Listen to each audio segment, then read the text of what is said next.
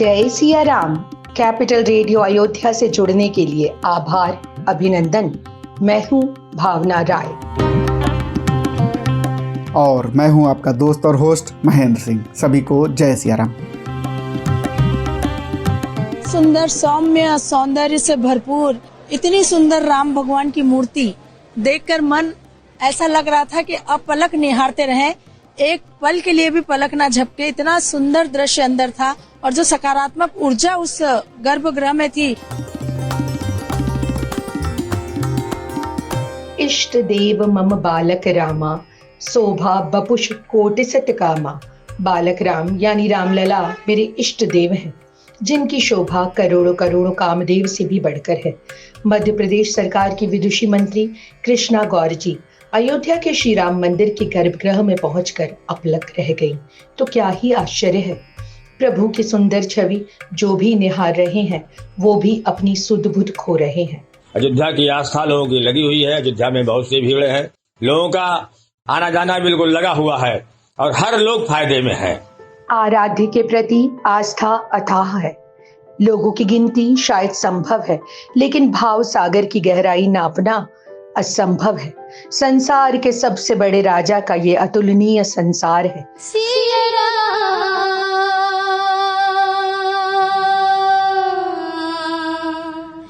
राजा राम सिया राम मेरे मन में बसे हैं। मैंने अयोध्या की गलियों को घूम कर देखा है, आस्था के इस समंदर में समा कर देखा है, इसका हिस्सा बनकर देखा है। लेकिन जो देखा है और महसूस किया है उसे बताना असंभव है। ये अनुभूति अलौकिक है, दिव्य है, साक्षात ब्रह्म की तरह। इकबाल अंसारी जिस फायदे की बात कर रहे हैं, पूज्य संत गोस्वामी तुलसीदास जी ने कई सदी पहले उसे अलग तरह से बताया था। राम नाम कलि काम तरु, सकल सुमंगल कंद। सुमिरत करतल सिद्धि, सब पग पग परमानंद।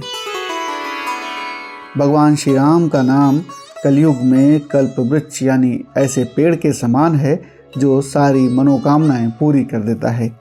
राम नाम के स्मरण से ही सारी सिद्धियां वैसे ही मिल जाती हैं जैसे हथेली पर ही रखी हों। हर कदम पर परमानंद मिलता है। आज जो देश हमारा जो तरक्की की ओर बढ़ रहा है, आज मुस्लिम राष्ट्रीय मंच इकट्ठा एक साथ आगे लेके चल रहे हैं हम लोग। इसी साथ देश हमारा मजबूत होगा। राष्ट्र को मजबूत करने के लिए हम लोग आए। आनंद का ये संसार उन सभी वर्ग भेद को मिटा रहा है जो जाने अनजाने बन गए या बना दिए गए।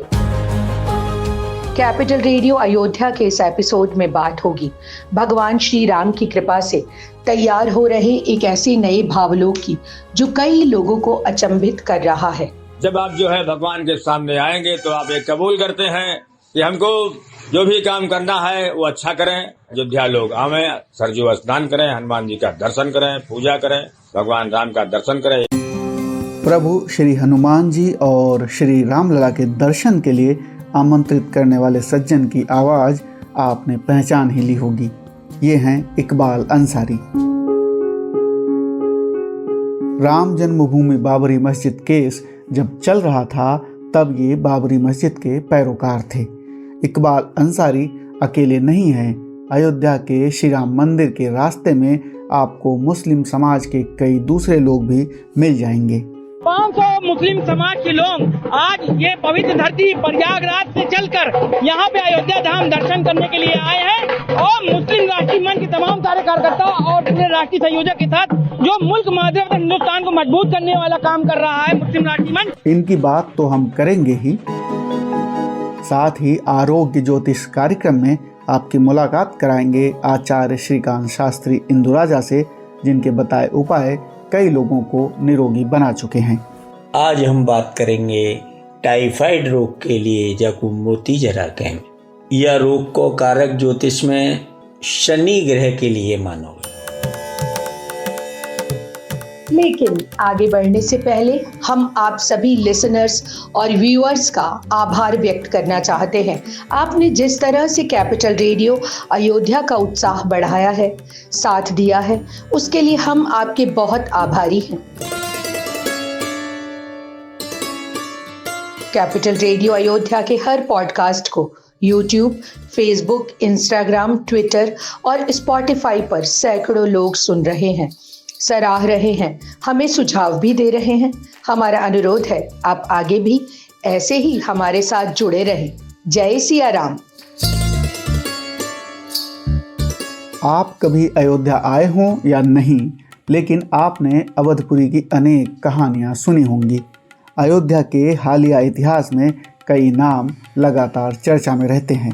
इनमें से एक हैं इकबाल अंसारी। कोर्ट में राम जन्मभूमि बाबरी मस्जिद का केस जब चल रहा था, तब ये बाबरी मस्जिद के पैरोकार थे। श्री अंसारी आज सारी दुनिया को अयोध्या आने का न्योता दे रहे हैं। रामलला विराजमान हुए और दर्शन और पूजा करने के लिए पूरे देश के लोग, विदेश के लोग अयोध्या आ रहे हैं, आस्था के साथ आ रहे हैं। हम तो यही चाहते हैं कि लोग आवें और दर्शन करें, पूजा करें और भगवान के बताए हुए रास्ते पे लोग चलें। इकबाल अंसारी यहाँ अयोध्या के कोटिया पंजी टोला में रहते हैं। उनके घर के बाहर एक पुराना हरे रंग का बोर्ड लगा हुआ है। इस बोर्ड पर उनके नाम के साथ लिखा है मुद्दई बाबरी मस्जिद।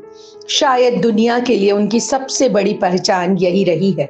लेकिन अब इकबाल अंसारी साहब के एक नए रूप की चर्चा हो रही है। आज वो जो संदेश दे रहे हैं, उसे दुनिया के हर कोने में गौर से सुना जा रहा है। सभी की निगाहें अयोध्या पे लगी हुई हैं और लगी रहती रही। आज जो है वो सपना साकार हो गया। अयोध्या आने वालों का एक सौभाग्य है। अयोध्या की धरती है, वो पवित्र है और अयोध्या में आने का एक सौभाग्य लोगों को मिलता है। अयोध्या आवें और अपने नियम और धर्म के हिसाब से लोग चलें और एक दूसरे का ख्याल रखें और हमारे देश की तरक्की भी हो और हमारे देश में हिंदू और मुसलमानों की कोई फीलिंग भी न हो। इकबाल अंसारी के पहले उनके पिता हाशिम अंसारी बाबरी मस्जिद की ओर से पैरोकार थे। हाशिम अंसारी ने साल 2016 में आखिरी सांस ली। तब उनकी उम्र 90 बरस से ज़्यादा थी। उनके दुनिया छोड़ने के बाद इकबाल अंसारी बाबरी मस्जिद के पैरोकार बने। सुप्रीम कोर्ट का फैसला आने के बाद से इकबाल अंसारी जो कर और कह रहे हैं, उससे साफ संकेत मिलता है मानो केस खत्म और उसके साथ ही कटुता भी खत्म। ये संदेश कई लोगों को प्रेरित भी कर रहा है। आज वो सिर्फ अयोध्या की खूबियां गिनाते नजर आते हैं। अयोध्या की धरती ये पूज्य मानी गई है और यहाँ हर धर्म के, हर जात के लोग विराजमान हैं और हर धर्म में हर जात की यहाँ मंदिरें हैं। लोगों की आस्था पूजा पाठ से लगी रहती है। कुछ महीने पहले का वो दृश्य याद कीजिए जब प्रधानमंत्री श्री नरेंद्र मोदी जी अयोध्या में रोड शो कर रहे थे। तब एक वीडियो वायरल हुआ था। ये वीडियो इकबाल अंसारी साहब का ही था। वो प्रधानमंत्री पर फूल बरसाते नजर आ रहे थे, जिन्हें ये देखकर हैरानी हुई। उन्होंने अंसारी साहब से सवाल किया और उनके जवाब पर हर किसी ने कहा, वाह लाजवाब। गंगा जमुनी तहजीब जो है अयोध्या की मानी जाती है। हमारे देश के प्रधानमंत्री अयोध्या आए थे और हमने उनके ऊपर पुष्प वर्षा किया और पूरा समाज मेरे साथ था। हिंदू, मुस्लिम, सिख, ईसाई का पूरा समाज था। जो काम हमने किया है वो हमारा फर्ज था कि अयोध्या में जितने भी लोग बाहर से आवेंगे उनका हम स्वागत भी करेंगे और पुष्प वर्षा ही करते हैं और करेंगे। इकबाल अंसारी 22 जनवरी को प्राण प्रतिष्ठा समारोह में भी मौजूद थे। बाहर से कार्यक्रम में आए लोगों के साथ वो गर्मजोशी से मिले।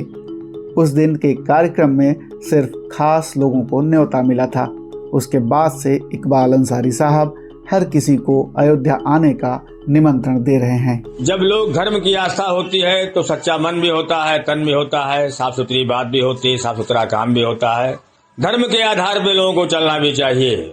धर्म यही सिखाता है कि मजहब कोई भी हो, इंसानियत होनी चाहिए और इंसानियत जब आप भगवान के सामने आएंगे तो आप ये कबूल करते हैं कि हमको जो भी काम करना है वो अच्छा करें। अयोध्या लोग आवें, सरजू स्नान करें, हनुमान जी का दर्शन करें, पूजा करें, भगवान राम का दर्शन करें।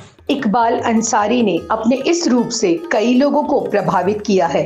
कई लोग उन्हें एक प्रतीक के रूप में देख रहे हैं। इनमें से एक है केंद्रीय मंत्री श्री गिरिराज सिंह। हिंदू मुसलमान दोनों को साथ लेकर के चलता है। आज राम मंदिर में आपने देखा होगा इकबाल अंसारी जी जो पिटिशनर थे वो जाते हैं। तो आज जरूरत है देश में इकबाल अंसारी जैसे मुस्लिम जो दोनों समाज को एक करें। इकबाल अंसारी सद्भाव का संदेश देने वाले प्रमुख नाम हैं, लेकिन वो अकेले नहीं हैं। अयोध्या में गूंज रही कुछ और आवाजें भी आपको सुनाते हैं। राम मंदिर का जो हक जिनको था उनको मिल गया। आज रामलला विराजमान है। इससे बढ़कर हमारे देश के लिए और हमारे देश के सभी समाजों के लिए सबसे खुशी की बात है।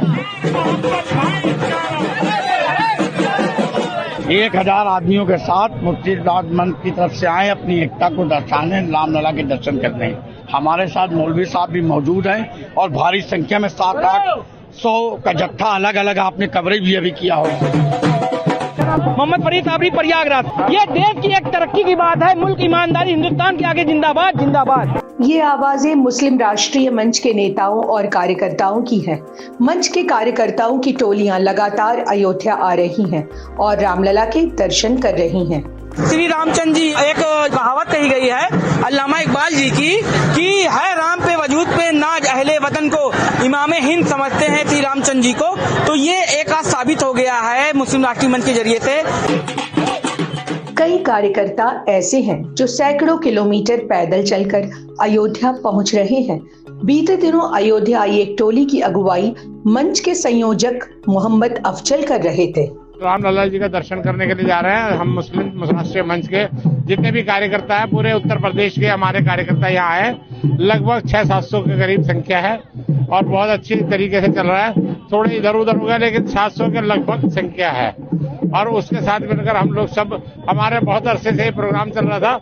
हम पिछले 15 साल से हमारी तमन्ना थी, हमारी आस्था थी कि भाई किसी भी तरीके से ये मंदिर बनना चाहिए और आपस में प्यार मोहब्बत और भाईचारा जिसके प्रतीक श्री राम हैं वो हमारा बना रहना चाहिए। इस्लाम अब्बास नाम के एक कार्यकर्ता ने बताया कि 22 जनवरी के बाद से ही पूरे देश में मंच के कार्यकर्ता खुशी मना रहे हैं। जिन्हें मौका मिल रहा है वो अयोध्या भी आ रहे हैं। पिछले 22 तारीख को उनकी प्राण प्रतिष्ठा हुई है। आज मुस्लिम राष्ट्रीय मंच का पूरा कार्यकर्ता पूरे देश में जश्न मना रहा है। उसी क्रम में उत्तर प्रदेश की यूनिट यहाँ पर रामलला के दर्शन करने आई है और पूरे देश से अलग अलग प्रांतों से डेली कोई न कोई आ रहा है। मुस्लिम राष्ट्रीय मंच के बैनर तले अयोध्या आ रहे कार्यकर्ताओं की टोलियों में कई महिलाएं भी शामिल होती हैं। श्री रामलला दर्शन के लिए हम आए हैं। हम सन 2018 में भी आए थे, तब भी हमने यही पैगाम दिया था कि हमारे 1,24,000 पैगंबर हैं कमोवेश। उन्हीं में से आदम अलैहिस्सलाम की आल से हमारे श्री राम जी भी हैं। और जहाँ तक सवाल पैगंबरों का है तो सारे पैगंबरों की लिस्टिंग नहीं है। तो आपकी भी, जो काल्पनिक लोग कह देते हैं, तो आपकी भी लिस्टिंग नहीं है। तो हम नहीं कह सकते कि आप पैगंबर नहीं हैं, आप भी आदम अलैहिस्सलाम की आल से हैं। इसलिए हम उनके दर्शन के लिए आए हैं और यहाँ पे इंसानियत और भाईचारे का पैगाम देने आए हैं। हम उन्हीं की संतान हैं और आप उसको श्री राम कहें या महादेव करें या गौतम बुद्ध कहें, हमारे लिए तो वो ईश्वरीय वो है तत्व। इस वजह से हम इस सरयू जी की जमीन पर पैदा हुए और हम यहीं पर रहे और हमारे लिए बाइसे बशर्रत है, खुशी है कि हमारा डेवलपमेंट हुआ है। यह है कैपिटल रेडियो अयोध्या। आप हमें फेसबुक, यूट्यूब और ट्विटर के साथ स्पॉटिफाई और पॉडकास्ट के कई दूसरे प्लेटफॉर्म पर भी सुन सकते हैं। इस पॉडकास्ट को लेकर आप कोई फीडबैक देना चाहें या हमें अपने सुझाव देना चाहें तो capitalradioayodhya@gmail.com पर मेल कर सकते हैं। और अब समय है आरोग्य ज्योतिष कार्यक्रम का। भारत के जाने माने ज्योतिषी आचार्य श्रीकांत शास्त्री इंदुराजा से जानिए हमेशा तंदुरुस्त रहने का आसान उपाय। कैपिटल रेडियो अयोध्या कार्यक्रम के सभी श्रोताओं के लिए जय श्री कृष्ण, जय श्री राम। करी गोपाल की सब हुई। बंधु, आरोग्य ज्योतिष कार्यक्रम के अंतर्गत आज हम बात करेंगे टाइफाइड रोग के लिए जाकू मोतीजरा कैंप। यह रोग को कारक ज्योतिष में शनि ग्रह के लिए माना गया। मोतीजरा रोग में जाड़े के द्वारा बुखार आनो, ज्वर आनो और साथ साथ जो है रोगी के शरीर पर मोती के समान छोटे छोटे सफ़ेद श्वेत दाने दिखाई दे। ये दाने कंठ से प्रारंभ है के वक्ष स्थल की ओर बढ़ते जाए और वक्षस्थल से आगे बढ़ते हुए उदर यानी पेट पे भी आ जाए। जब ये दाने नीचे की तरफ बढ़ने लगें तब ये मानो जाए कि ये ज्वर जो है धीरे धीरे उतरवे की स्थिति में है रहे। लेकिन कई बार देखो गए कि ये दाने जो है पसलीन के द्वारा रहते हुए पीठ पे पीछे के भाग में चले जाएं और जब ये दाने अगर पीछे की तरफ पीठ की तरफ निकलने लग जाएं तो ये समझना चाहिए ये रोग जो है रोगी की मृत्यु को कारण भी बन जाए। जन्म कुंडली से प्रथम भाव जो है स्वास्थ्य के विषय में देखें और छठा भाव जो है वो रोग को कारक है। अर्थात प्रथम भाव, षष्ठ भाव, षष्ठेश या लग्नेश, इनसे शनि को संबंध हो। लग्नेश दुष्ट स्थान में हो, छठे 8वें 12वें स्थान में हो तो ऐसी स्थिति में टाइफाइड रोग से जो है ग्रसित रहे। उदाहरण के लिए धन लग्न की कुंडली है और वह लग्न में शनि बैठा हुआ है। लग्नेश बृहस्पति छठे भाव में षष्ठ भाव में बैठा हुआ है और षष्ठे शुक्र जो है वो तृतीय भाव में बैठा हुआ है। अगर यह प्रकार की हमारी कुंडली है तो देखो लग्न में शनि है, वैसे लग्न से संबंध शनि को बन जाए। लग्नेश छठे भाव में है अर्थात रोग घर में है, वैसे रोग को उत्पन्न करवे को कारक लग्नेश बन जाए। और षष्ठे शुक्र जो है वो तृतीय भाव में है और वहाँ पर शनि की अगर दृष्टि हो तो निश्चित रूप से ऐसा जातक जो है टाइफाइड रोग से जो है ग्रसित रहे। ज्योतिष के द्वारा रोग को निदान करने के लिए सबसे पहले रोग को जो कारक ग्रह है वह ग्रह को हमें उपचार करना चाहिए। टाइफाइड रोग को कारक शनि है तो शनि के बीज मंत्र को जप करें, ओम प्राम प्रीम प्रोम सह शनेन। अथवा शनि पुष्य रोग में शनि के यंत्र के लिए धारण करें। शमी वृक्ष की जड़ जो है वह के लिए धारण करें तो वो भी या रोग के निदान करने में सहायक होगा। अथवा रत्न पहनना चाहें तो शनि को रत्न है नीलम जाकू ब्लू सफेयर के हैं, शनिवार के दिन या रत्न को जो है धारण करें। नीलम को धारण करने के लिए सबसे पहले नीलम को परीक्षण करना आवश्यक। परीक्षण करने की विधि है शनिवार के दिन सूर्योदय से 1 घंटा के अंदर कच्चे दूध व गंगा जल से नीलम के लिए धोमें, धूप लगामें, शनि मंत्र को 108 बार जप करके नीले कपड़ा में अपने हाथ में बांध के रखें। वह समय ध्यान रखें कहीं भी प्रकार की कोई भी अप्रिय घटना होए तो ये समझो जाए ये नग हमारे माफिक नहीं है। वाकू बदल के फिर दूसरे नग को परीक्षण करें।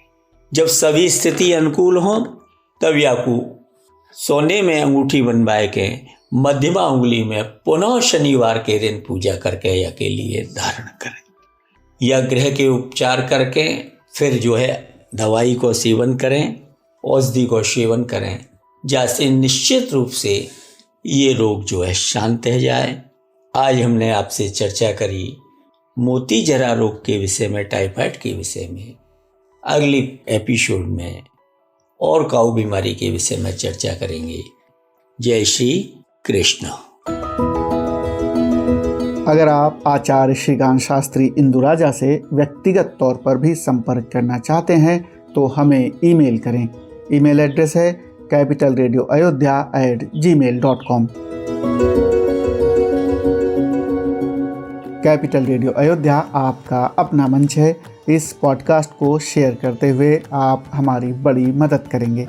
आप इस पॉडकास्ट को अपने दोस्तों और करीबियों के साथ भी शेयर करना ना भूलें। आपके सुझाव और फीडबैक हमारे लिए बहुत अहम है। और अब प्रभु श्री राम के चरित्र का पखान सुना रहे हैं मंदिर मुकुट मुखारबिंद गोवर्धन के सेवायत कृष्णा भारद्वाज।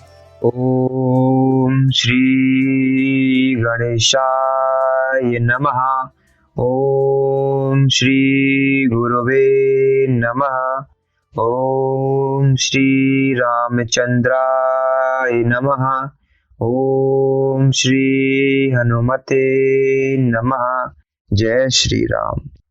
तदपि कहि गुर बारई बारा, समुझी परि कछु मति अनुसारा। भाषा बद्ध करबी मैं सोई, मोरे मन प्रबोध जय होई।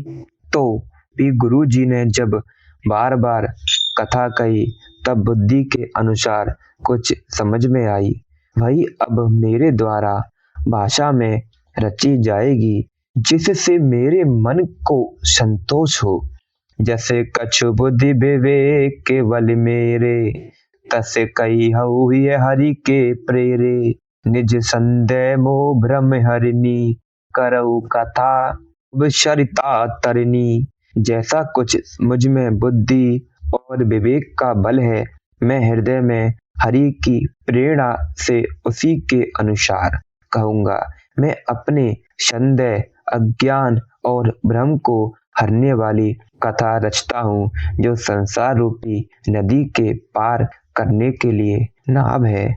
बुद्धि विश्राम सकल जन रंजनी, राम कथा कलि कलुष विभंजनी। राम कथा कलि पन्नग भरनी, पुनि विवेक पावक कहु अरनी। राम कथा पंडितों को विश्राम देने वाली, सब मनुष्यों को प्रसन्न करने वाली और कलयुग के पापों का नाश करने वाली है। राम कथा कलयुग रूपी सांप के लिए मोरनी है और विवेक रूपी अग्नि प्रकट करने के लिए अरणी मंथन की जानने वाली लकड़ी है। अर्थात इस कथा से ज्ञान की प्राप्ति होती है। राम कथा कलि काम अधिगाई, सुजन सजीवनी मोर सुहाई। सोई वसुधा तल सुधा तरिंगिनी, वै भंजनी ब्रह्म बेक भुभंगिनी। राम कथा कलयुग में सब मनोरथों को पूर्ण करने वाली कामधेनु गो है और सज्जनों के लिए सुंदर संजीवनी जड़ी है। पृथ्वी पर यही अमृत की नदी है, जन्म मरण रूपी भय का नाश करने वाली और ब्रह्म रूपी मेढकों को खाने के लिए सर्पिणी है। असुर सैन सम नरक निकंदिनी, साधु विबुध कुल हित गिरि नंदिनी। संत समाज पयोधि रमासी, विश्व भार भर अचल चमासी। यह राम कथा असुरों की सेना के समान, नरकों का नाश करने वाली और साधु रूप देवताओं के कुल का हित करने वाली पार्वती दुर्गा है। यह संत समाज रूपी क्षीर समुद्र के लिए लक्ष्मी जी के समान है और संपूर्ण विश्व का भार उठाने में अचल पृथ्वी के समान है। जमे गने मुहामसी जग जमुनासी, जीवन मुक्ति हेतु जनु काशी। रामई प्रिय पावनी तुलसी, तुलसीदास हित यह हुलसी। जमदूतों के मुख पर कालिक लगाने के लिए यह जगत में जमुना जी के समान है और जीवों को मुक्ति देने के लिए मानो काशी ही है। यह राम जी को पवित्र तुलसी के समान प्रिय है और तुलसीदास के लिए हुलसी तुलसीदास जी की माता के समान हृदय से हित करने वाली है। कैपिटल रेडियो अयोध्या के इस अंक में इतना ही। आपको ये पॉडकास्ट कैसा लगा, हमें जरूर बताएं। अपने सुझाव और फीडबैक हमें ईमेल करें। ईमेल का पता है capitalradioayodhya@gmail.com। अगर आप ये पॉडकास्ट अपने दोस्तों और करीबियों के साथ शेयर करते हैं तो हमें खुशी होगी। अगली मुलाकात तक जय सिया राम।